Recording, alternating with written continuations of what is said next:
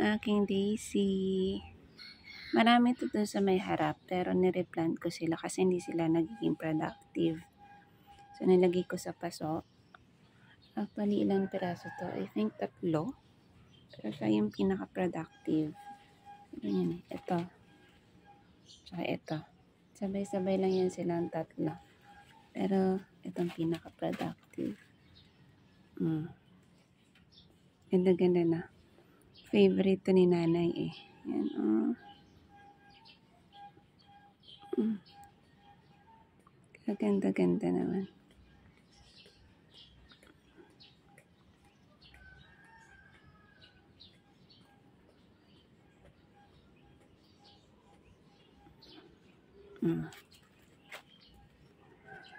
Padamihin pa natin sila kasi plan ko itaniman sila dito sa may kilid ko. Diyan. Yan. So, padamihin natin to. Ayan, yan lang muna.